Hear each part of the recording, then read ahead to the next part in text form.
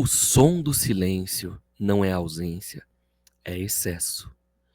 Excesso de tudo aquilo que não coube em palavras. Por isso, os espelhos nos olham de volta, não porque sabem quem somos, mas porque também estão tentando descobrir. Afinal, todo reflexo é só uma tentativa fracassada da luz de entender a sua própria imagem. E se a gravidade for só saudade concentrada?